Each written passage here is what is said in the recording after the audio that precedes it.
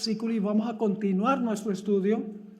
Pero antes de hacerlo, quiero implorar la presencia del Señor. Siempre debemos hacer eso antes de abrir su palabra. Oremos. Padre, gracias te damos por el privilegio de estar en este hermoso lugar. Gracias te damos por reunirnos un grupo de tus hijos y tus hijas de muchas partes para tributarte la honra y gloria que te mereces y para escuchar tu voz hablándonos a través de tu palabra. Amén. Pedimos que esa palabra no regrese a ti vacía, sino que haga el impacto en nuestra vida. Gracias, Señor, por el privilegio de la oración y gracias porque ya has respondido, porque lo pedimos en el nombre de Jesús. Amén. Vamos a leer Apocalipsis 16 y el versículo 15 y vamos a comenzar a donde dejamos nuestro tema de anoche.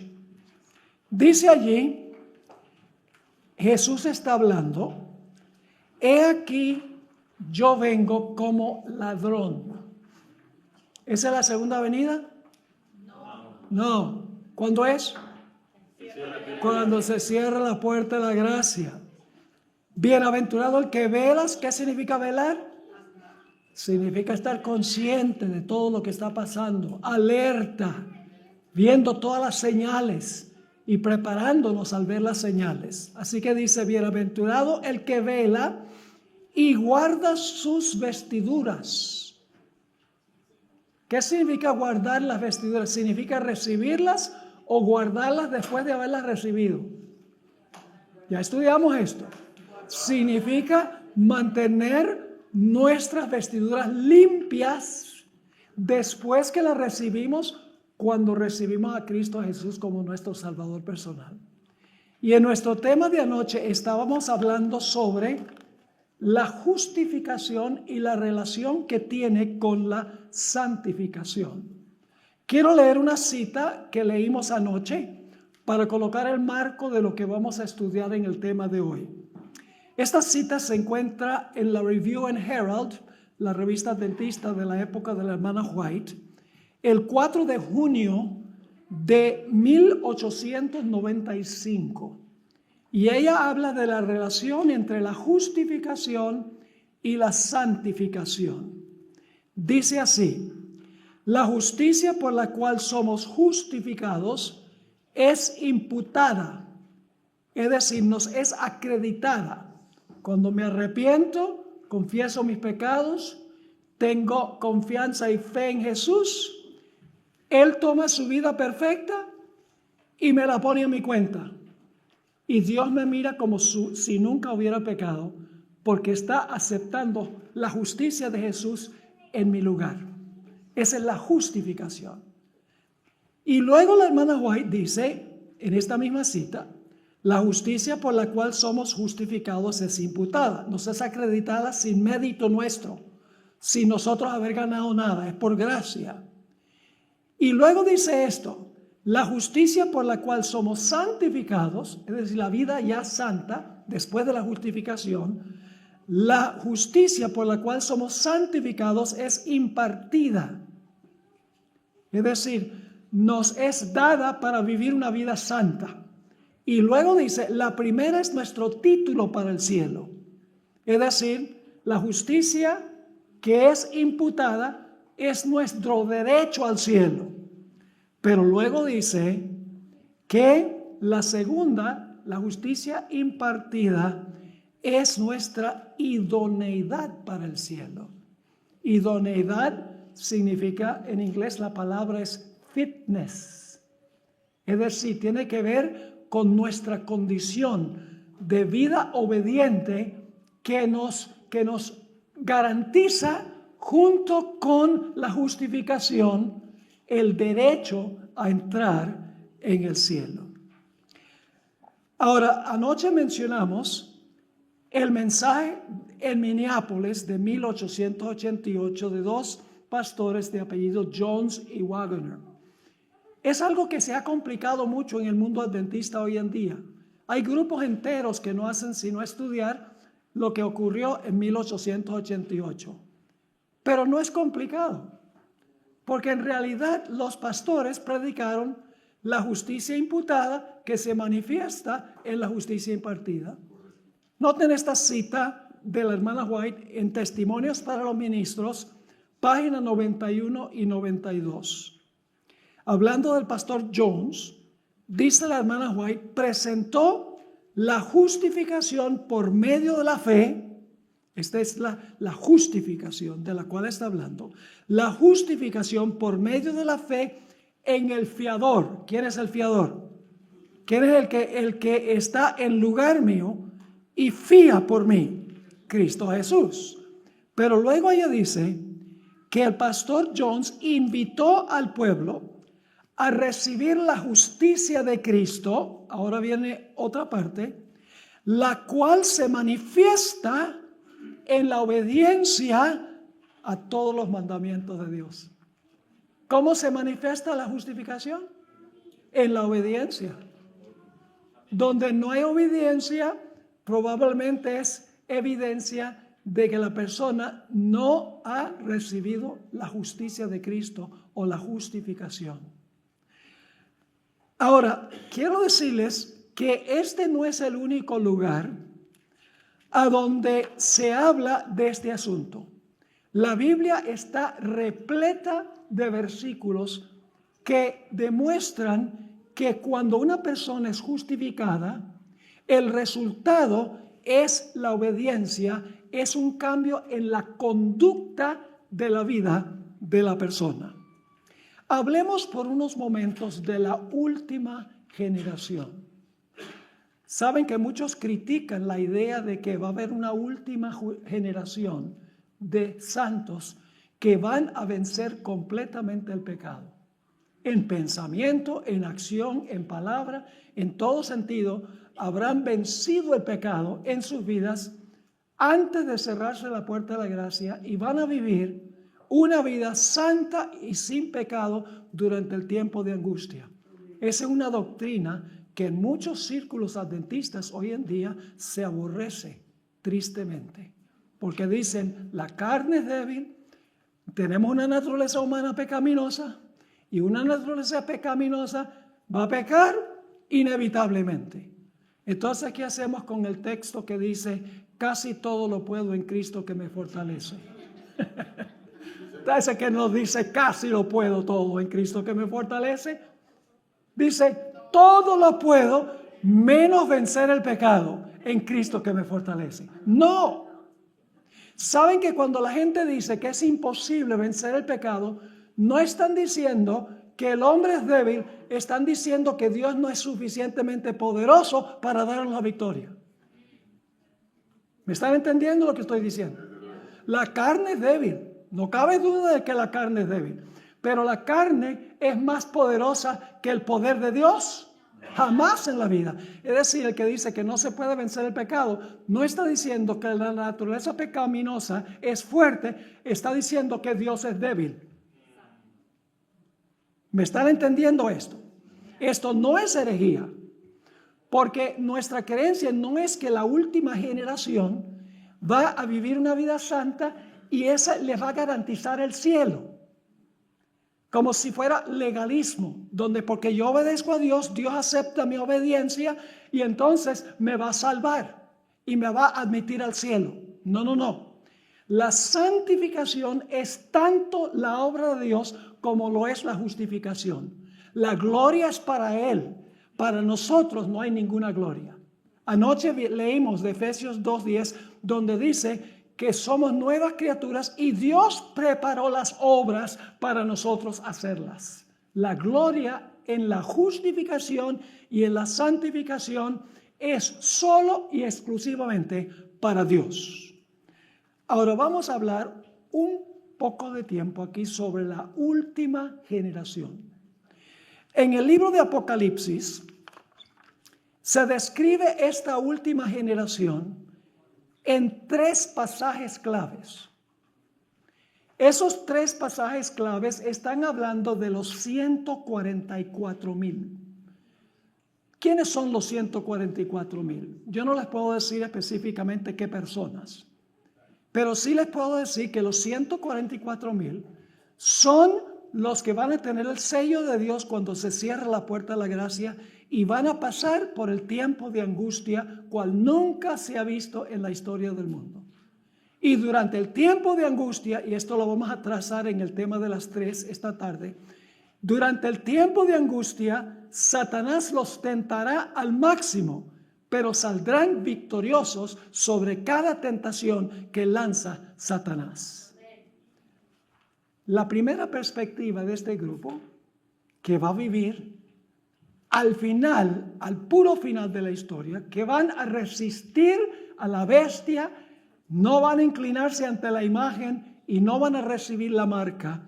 El primer pasaje se encuentra en Apocalipsis 7, 1 al 8. No vamos a leer los versículos. Ustedes tienen los versículos, ojalá que lleven el manual y estudien el manual. Siéntense y busquen los versículos, lean la cita del Espíritu de Profecía para que puedan grabar todo esto en sus mentes y en sus corazones.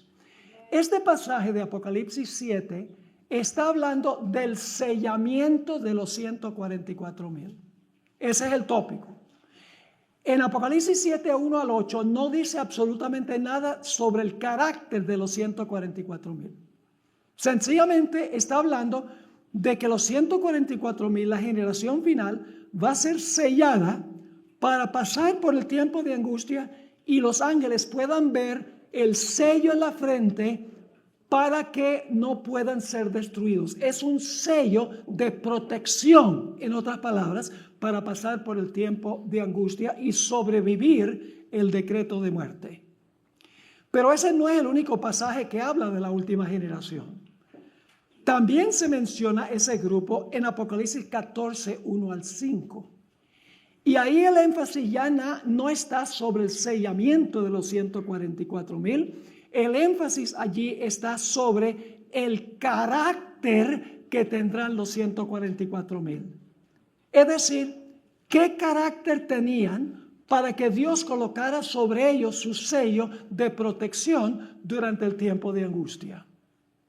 Es decir, allí se habla del carácter de los que van a recibir el sello, los que van a pasar por el tiempo de angustia, victoriosos sobre las tentaciones de Satanás, victoriosos sobre el pecado, y que van a decir, aquí este es nuestro Dios, le hemos esperado, Él nos salvará cuando Cristo venga en las nubes del cielo. El tercer pasaje que habla de este grupo, no se menciona el número 144,000 directamente, pero sabemos que está hablando sobre los 144,000 porque las características que están en el capítulo 7 y el capítulo 14 son las mismas. Ahora, el énfasis allí es sobre la victoria de los 144,000. La victoria sobre la bestia, sobre su imagen y sobre su marca. Yo pregunto, ¿los 144,000 son la última generación? Yo pregunto, ¿todavía se ha levantado la imagen de la bestia? No. Es cuando los Estados Unidos dé un decreto de ley dominical. La iglesia influye sobre el Estado para proclamar una ley dominical. Eso no ha pasado todavía. Yo pregunto, ¿se ha impuesto la marca de la bestia todavía? No, pero aquí dice que este grupo tuvo la victoria sobre la bestia, su imagen y su marca, que significa que es la última generación que pasa esa prueba. No sé si me están entendiendo el punto. Son los últimos que van a recibir el sello de Dios justo antes de entrar al tiempo de angustia. Sabemos que está hablando de la última generación porque ellos ganarán la victoria sobre la bestia, su imagen y la marca. Ahora vayan conmigo a Apocalipsis 6, 14 al 16. Aquí se describe la reacción de los impíos cuando Jesús venga por segunda vez. Vamos a ver qué van a hacer los impíos cuando Cristo regrese por segunda vez. Apocalipsis 6, versículo 14 dice, entonces el cielo se retiró como un pergamino que se enrolla, y todo monte e isla se removió de su lugar. Y los reyes de la tierra, los grandes, los ricos, los capitanes, los poderosos y todo esclavo y libre, se escondieron en las cuevas y entre las peñas de los montes y decían a los montes y a las peñas, caed sobre nosotros y escondednos del rostro de aquel que está sentado en el trono y de la ira del Cordero. ¿Cómo van a reaccionar los impíos cuando Jesús regrese por segunda vez? Se van a esconder en las cuevas y van a rogar que las piedras caigan sobre ellos para que no puedan ver el rostro del Señor Jesucristo que regresa por segunda vez. Pero quiero que noten que el capítulo 6 termina con una pregunta. El capítulo 6 termina con una pregunta. Está en el versículo 17. Porque ha llegado el gran día de su ira, ¿y quién podrá permanecer en pie? Cuando venga ese día, cuando Cristo regrese, ¿será que todos van a rogar que las piedras caigan sobre ellos? ¿Será que todos se van a esconder en las cuevas para que no tengan que ver el rostro de Jesús? La pregunta se hace, ¿quién podrá permanecer en pie? Ahora yo pregunto, ¿a dónde creen ustedes que se responde esta pregunta? Pues en el siguiente versículo, el capítulo 7:1. Al versículo 4 que habla de los 144,000. ¿Quiénes van a estar firmes? Los 144,000 que reciben el sello de Dios. Pero como mencioné, en el capítulo 7 no se menciona nada sobre el carácter de los 144,000, porque estaban en una categoría especial. Eso se describe en Apocalipsis 14 y los versículos 1 al 5. No voy a tomar el tiempo para leer esos versículos, solamente le voy a dar realce a algunos detalles que encontramos allí sobre el carácter de los 144,000. En primer lugar dice que siguen al Cordero por donde quiera que va. Los impíos siguen a la bestia. Los sellados siguen al Cordero a donde quiera que el Cordero vaya. Escuchen bien. Van a seguir a Jesús a su juicio. Van a seguir a Jesús al rechazo que tuvo Jesús. Y van a seguir a Jesús a la cruz. Y ustedes dicen, ¿cómo es eso? Es decir, esa generación va a repetir la experiencia de Cristo Jesús en los últimos días de su vida.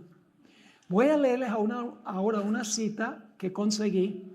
No la he encontrado en ninguna fuente publicada fuera de la revista adventista. Es escalofriante esta cita. Fíjense lo que dice en la Review and Herald, la revista adventista de esa época, 14 de abril 1896.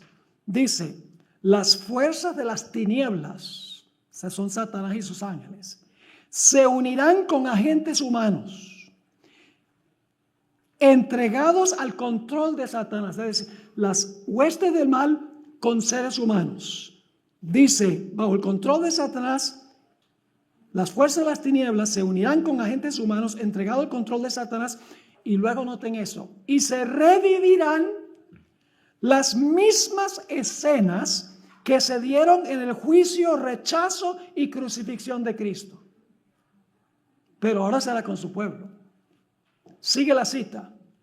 Al ceder a las influencias satánicas, los hombres se transformarán en demonios, porque el Espíritu Santo habrá sido retirado del mundo y Satanás tendrá, según la hermana White, total control sobre los impenitentes. Ahora Satanás no tiene todo control sobre los impenitentes. Pueden imaginarse cómo va a ser el mundo cuando Satanás tenga total control sobre los impenitentes. La hermana White dice que la imaginación más fecunda no puede abarcar lo que va a ser este mundo cuando se retire el Espíritu de Dios y ya no influya sobre los corazones de los impíos. Sigue diciendo la cita. Al ceder a las influencias satánicas, los hombres se transformarán en demonios, y aquellos que fueron creados a la imagen de Dios, formados para honrar y glorificar a su Creador, llegarán a ser morada de dragones. Y Satanás verá en una raza apóstata su obra maestra de maldad, hombres que reflejan su propia imagen. Es escalofriante esa cita. Por un lado, Los impíos reflejan el carácter de Satanás.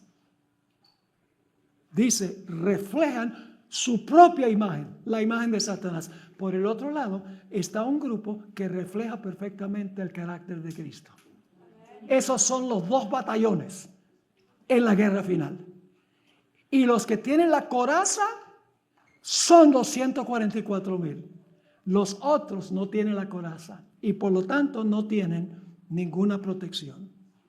Esa es una característica que tendrán los 144,000. Reflejarán perfectamente el carácter de Cristo Jesús y se van a enfrentar a lo que se enfrentó Jesús: juicios, persecución, rechazo, tal vez no crucifixión literalmente, pero lo que experimentó Jesús cuando fue crucificado, porque se van a sentir desamparados por Dios durante ese periodo, como Jesús se sintió desamparado de su Padre. Eso lo vamos a estudiar esta tarde, Dios mediante. Dice que este grupo también cantará el cántico de Moisés y del Cordero. Y uno se pregunta, bueno, ¿qué tiene que ver Moisés con la liberación final? Está bien, la del Cordero, porque es el que va a liberar a su pueblo. Pero ¿por qué se incluye Moisés? Una razón muy sencilla. Porque la experiencia por la cual pasó Israel bajo el liderazgo de Moisés se va a repetir con el liderazgo de Cristo el Cordero. Ahora, dice que este cántico no lo pueden aprender nadie sino los 144,000. Ahora, ¿qué significa eso? ¿Que los redimidos no van a poder cantar ese himno? ¿Nadie lo puede cantar sino ellos? No, eso no es lo que significa. ¿Saben que la hermana White dice que el himno de Apocalipsis 5, a donde están dando alabanza al Cordero porque nos ha redimido de toda nación, lengua y pueblo, etcétera? La hermana White dice que los ángeles se van a unir en ese himno, pero los ángeles no fueron redimidos. Y la hermana White dice que cantan el himno, pero no conocen la experiencia que está detrás del himno. Yo pregunto, el pueblo de Dios, después que fue librado de Faraón y sus ejércitos, en el otro lado del mar, cantó el cántico de Moisés. Se encuentra en Éxodo 15. Tremendo himno. Yo pregunto, ¿creen ustedes que alguien le puede poner letra le puede poner música a la letra de Éxodo, el capítulo 15, y todo el mundo lo podría cantar? ¿Creen que podrían? Yo he desafiado a la gente que por favor compongan un himno con la letra de Éxodo, el capítulo 15. Nadie todavía ha salido. Aquí está Christian, es músico. De pronto va a aceptar el desafío. Ahora, yo pregunto, ¿podrían los que vivieron antes del tiempo de angustia cantar el himno como lo cantarán los 144,000? ¿Por qué no? Porque el himno lo cantan los 144,000 y es el canto de su experiencia. La Malaguay dice, cual ninguna otra compañía jamás ha pasado. Es decir, podremos cantar el cántico de Moisés y del Cordero. Pero ¿cómo puede Martín Lutero cantar el himno diciendo, gracias por librarnos de la bestia, su imagen y su marca, si no pasó por esa experiencia? ¿Me están entendiendo el punto? También dice que no se contaminaron con mujeres. Y algunos dicen, no se casaron.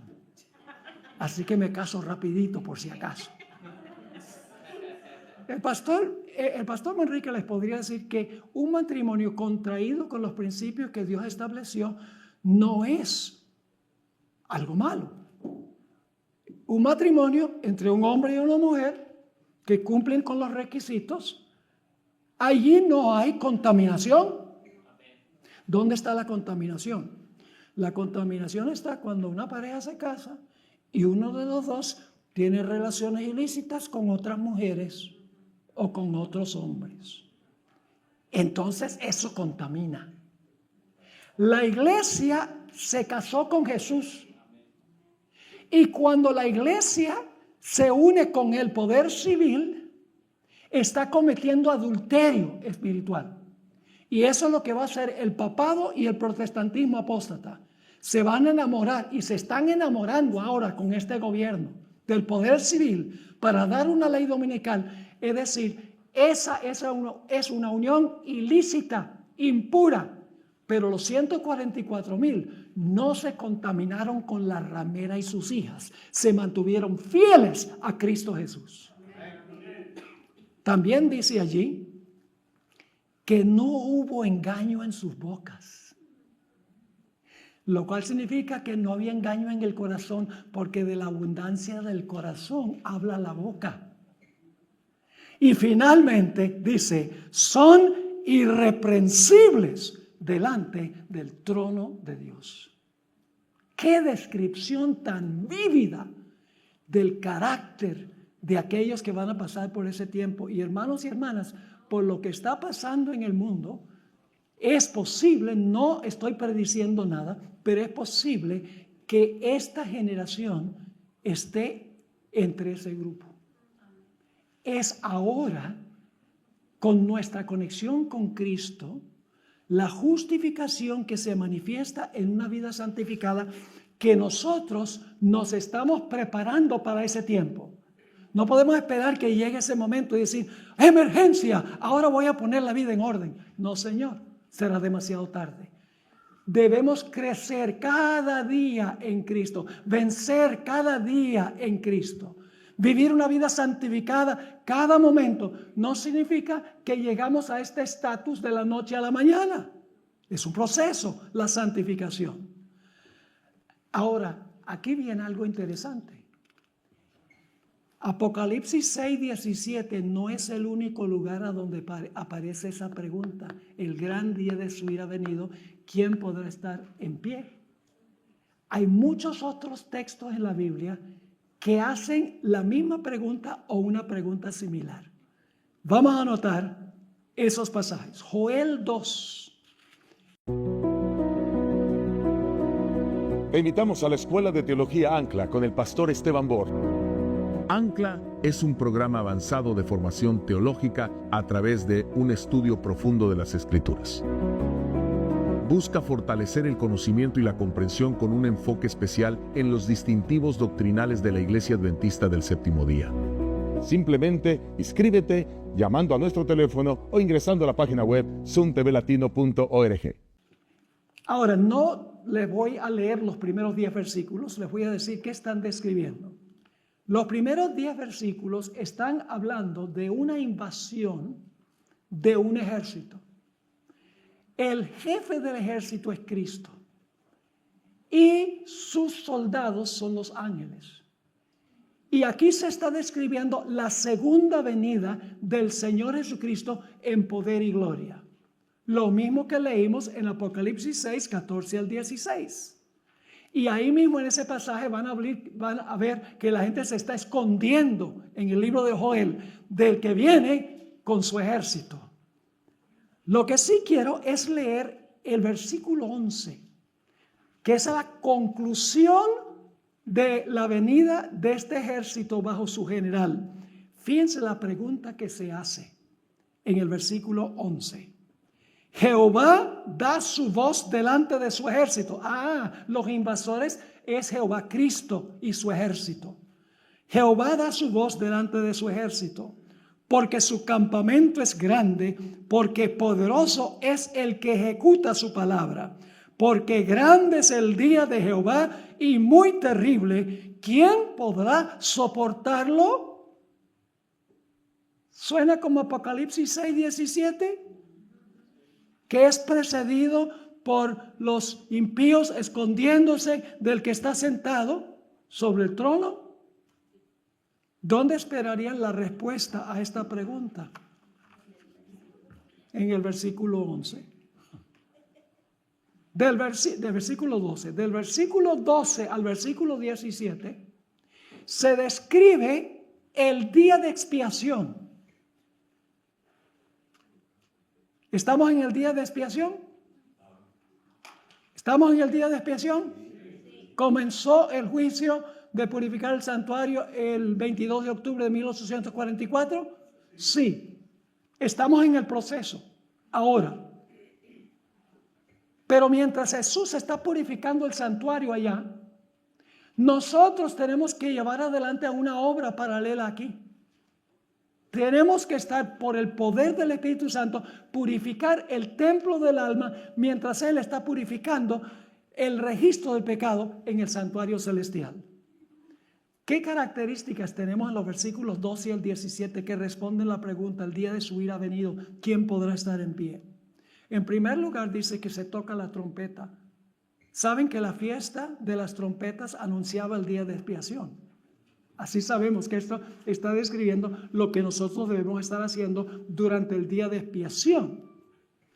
La trompeta se hace un llamado a congregarse alrededor del santuario.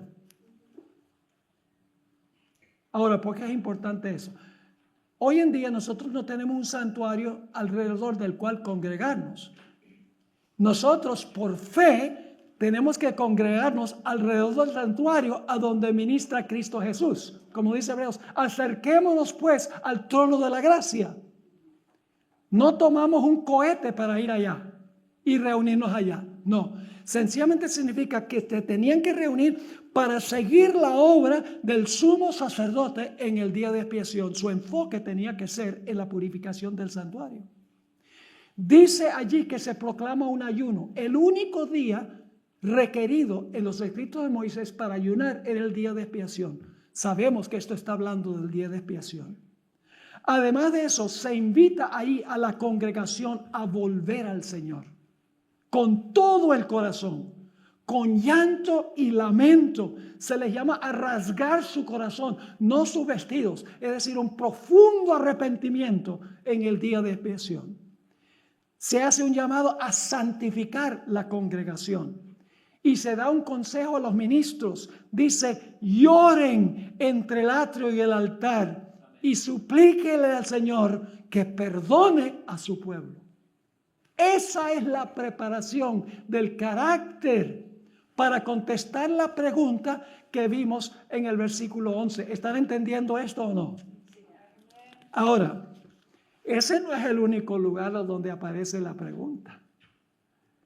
Vamos al Salmo 15. La Biblia está llena de esta pregunta que se hace seguida por la respuesta.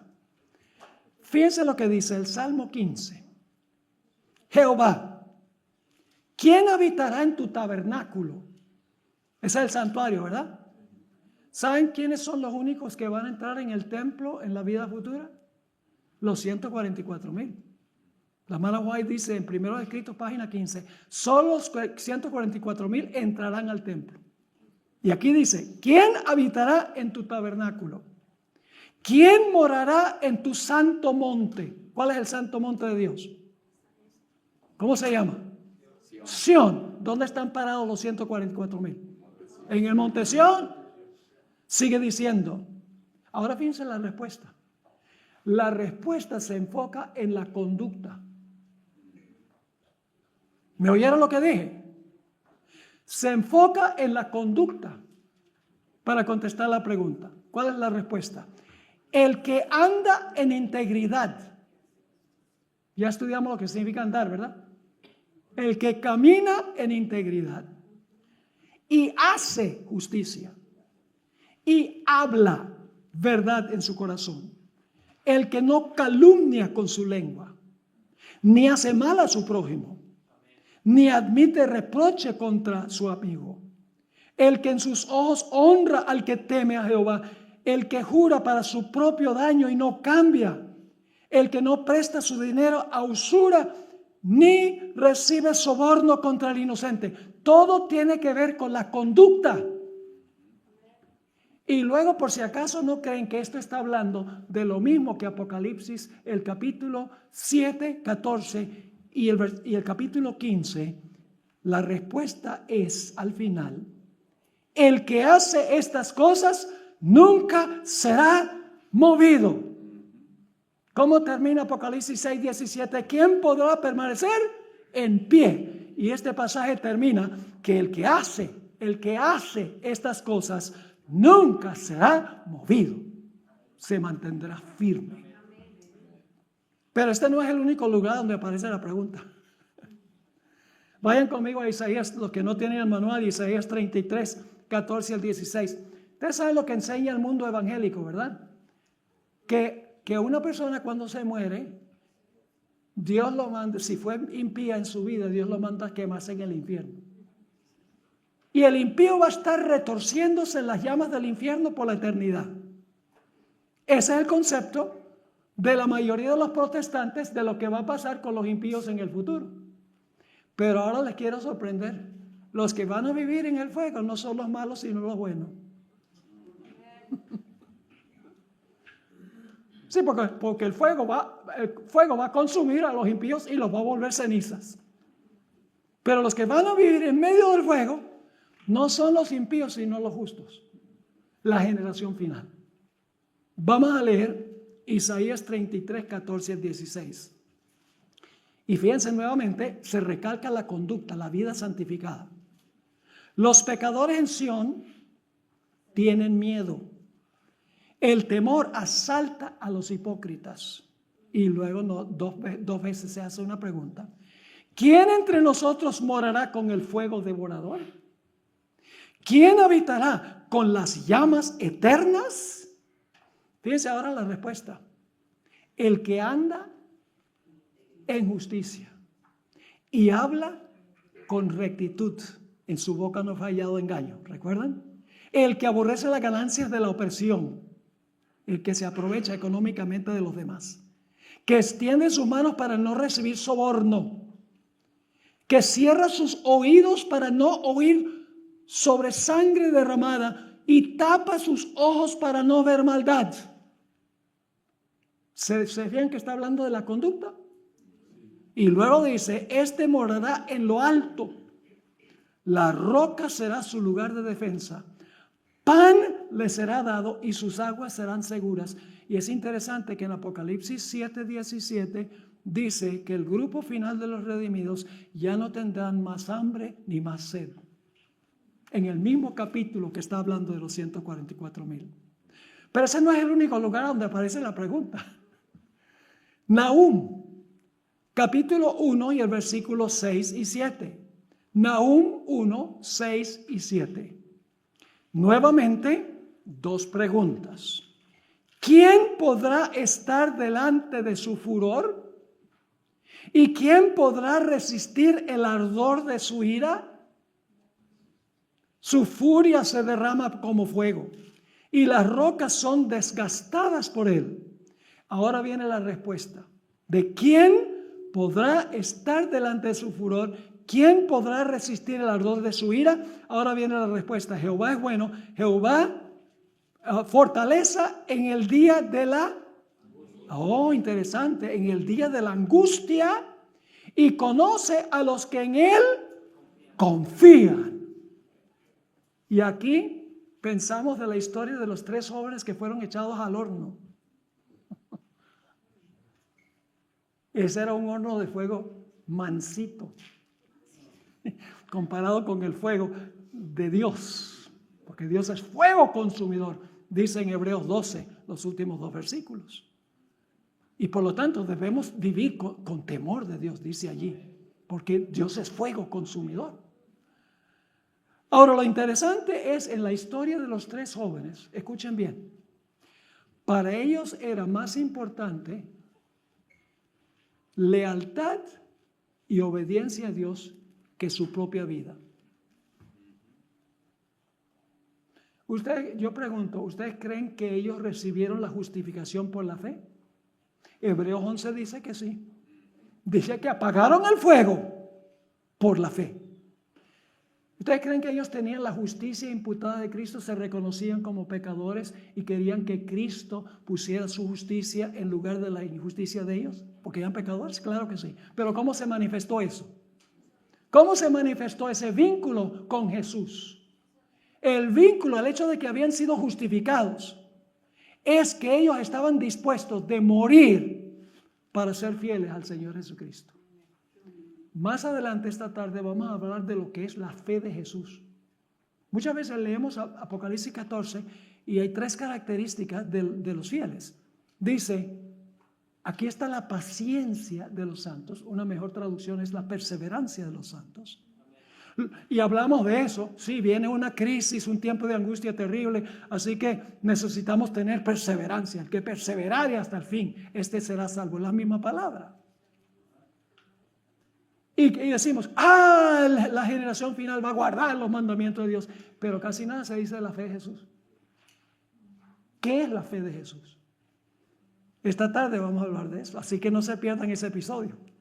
Que vamos a hablar sobre ese aspecto que casi nunca se toca cuando hablamos. Es la misma fe que tuvo Jesús.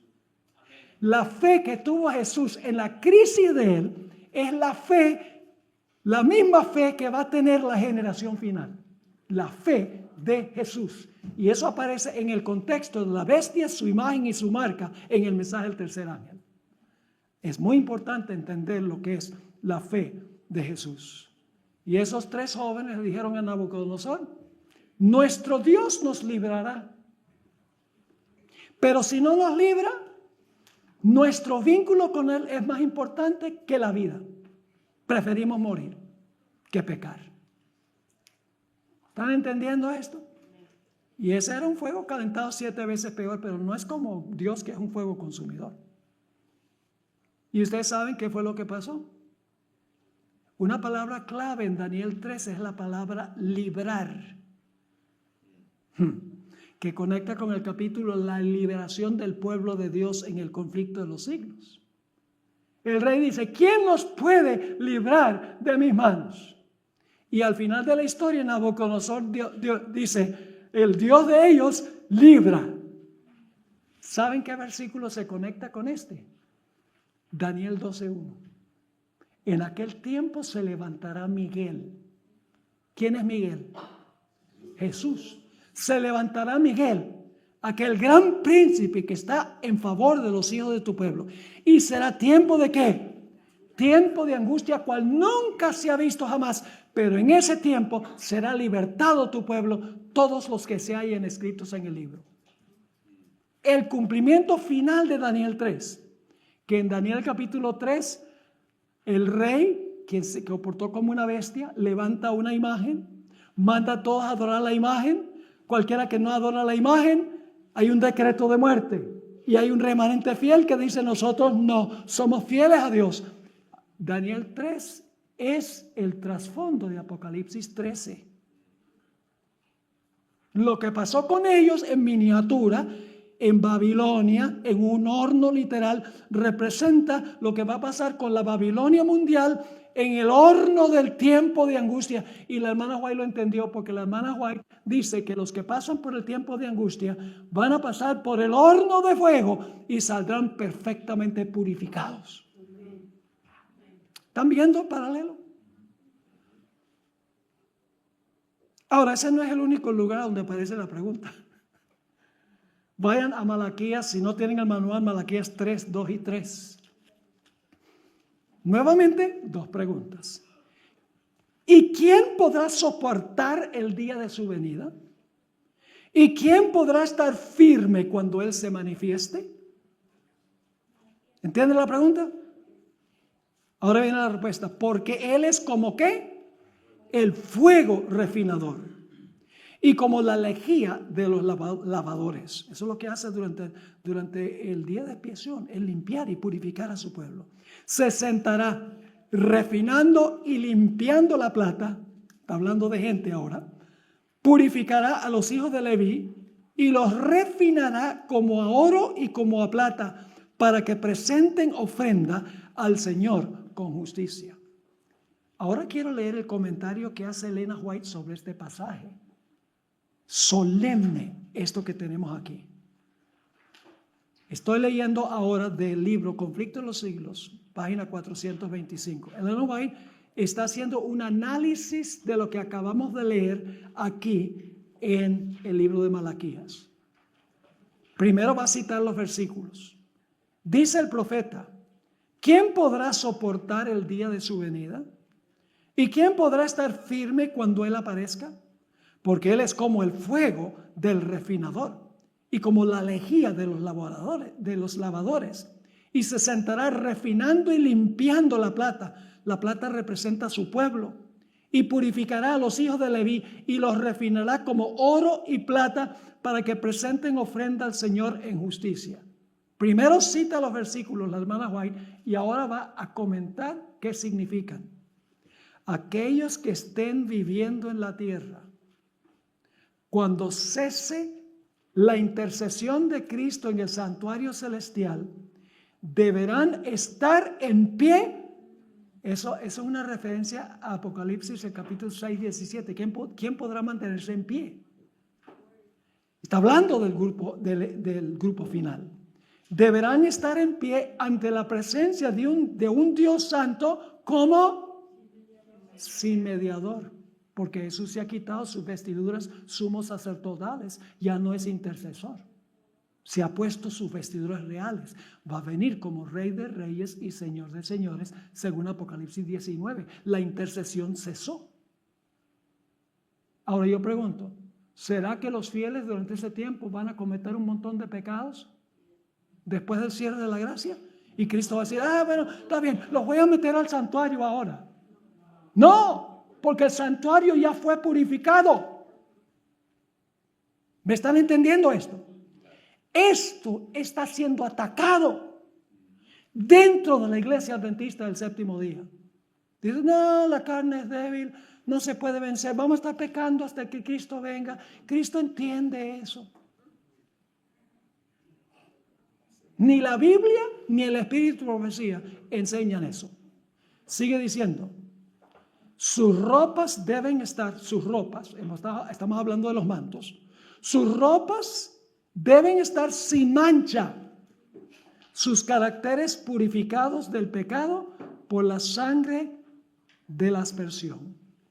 Ahora escuchen, por la gracia de Dios, ¿y qué? Y su propio diligente esfuerzo. Lo que está diciendo aquí es que la persona no se puede sentar y decir, Señor, santifícame. Es como, por ejemplo, en la obra misionera. Dios, cuando hacemos obra misionera, exige nuestra colaboración y cooperación.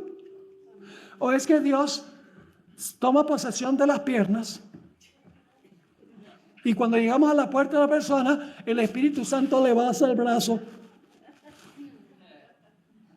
Ahora escuchen, nosotros tenemos que ir, tenemos que tocar, y entonces el Espíritu Santo nos ilumina la mente para saber qué decir, pero nosotros tenemos que decirlo. Eso no gana méritos, no nos hace más aceptados ante Dios, pero viene naturalmente en nuestra vida. Así que dice, por la gracia de Dios y su propio diligente esfuerzo, deben ser casi vencedores. Deben ser vencedores en la batalla contra el mal. Ahora escuchen esto, mientras se desarrolla el juicio investigador en el cielo, mientras se están quitando los pecados de los creyentes arrepentidos del santuario, habrá una obra especial de purificación, de eliminación del pecado entre el pueblo de Dios en la tierra.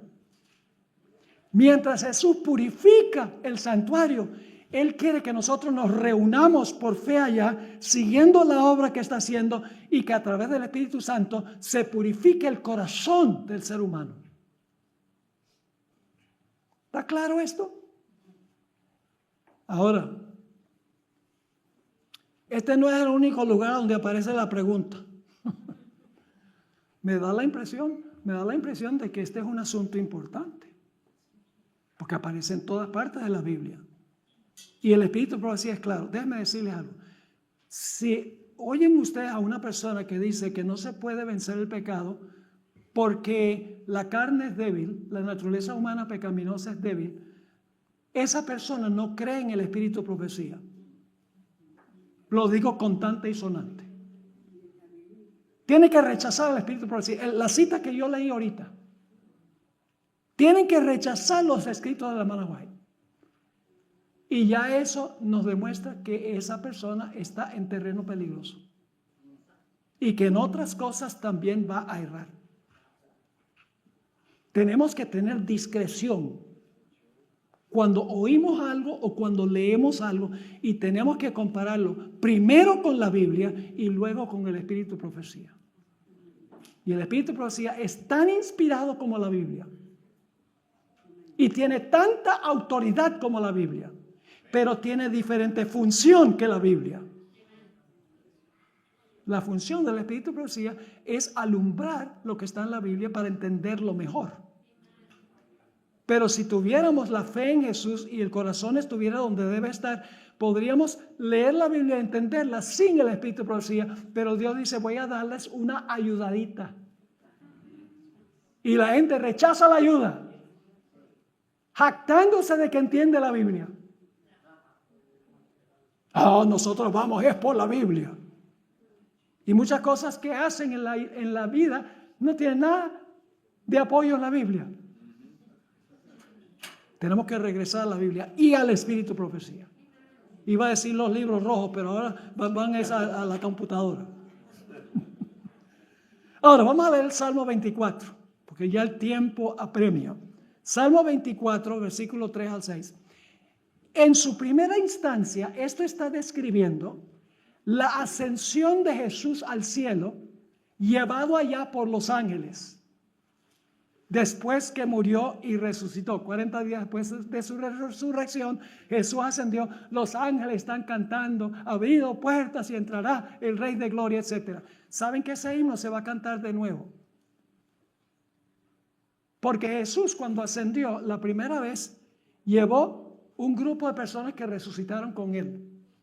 Las primicias, la cuota inicial, porque si hay primicias, hay postprimicias, y yo sé que esa palabra no existe en español, pero ustedes entienden. Es decir, el grupo grande es cuando Jesús regrese a este mundo con todos sus ángeles, y luego Jesús con los ángeles y con todos los redimidos regrese nuevamente al cielo, y otra vez se va a cantar esto: abrid puertas y entrará el Rey de Gloria. Pero esta vez está entrando no con las primicias, sino que está entrando con todos los redimidos de todas las épocas. Y fíjense lo que dice la pregunta: ¿quién subirá al monte de Jehová? ¿Y quién estará en su lugar santo? Ahora fíjense la conducta: el limpio de manos y puro de corazón, que no ha elevado su alma a vanidad ni jurado con engaño. Él recibirá bendición de Jehová y justicia del Dios de su salvación. Tal es la generación de los que le buscan, de los que buscan tu rostro, oh Jacob. Tenemos tan solo unos pocos minutos, un par de minutos, y quiero introducir lo que vamos a estudiar esta tarde. Tristemente, hoy en día se habla mucho de la justificación y casi nada de la santificación, de la necesidad del cambio de hábitos en nuestra vida. La forma como vestimos, las cosas que vemos, las cosas que oímos, que son la forma en que andamos.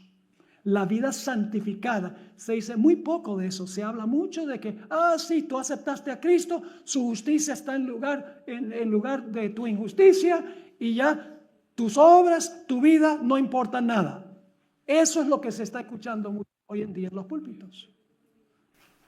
Pero quiero decirles que esta tarde vamos a hablar un poco más de este asunto.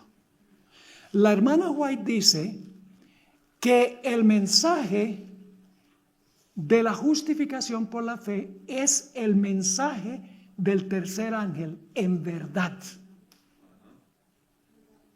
Quiero decirles algo: si eso es cierto, que el mensaje del tercer ángel es el mensaje de la justificación por la fe, no podemos nosotros enseñar el mensaje, no podemos enseñar el mensaje del tercer ángel creyendo en la justificación como Martín Lutero, porque Martín Lutero no tuvo la lucha contra la bestia, su imagen y su marca. Hoy se está enseñando la justificación por la fe desde la perspectiva de Martín Lutero y solo Pablo. Pero vamos a encontrar en nuestro estudio de esta tarde que hay algo en el mensaje del tercer ángel sobre la justificación por la fe que no entendió Lutero, ni entendieron los reformadores,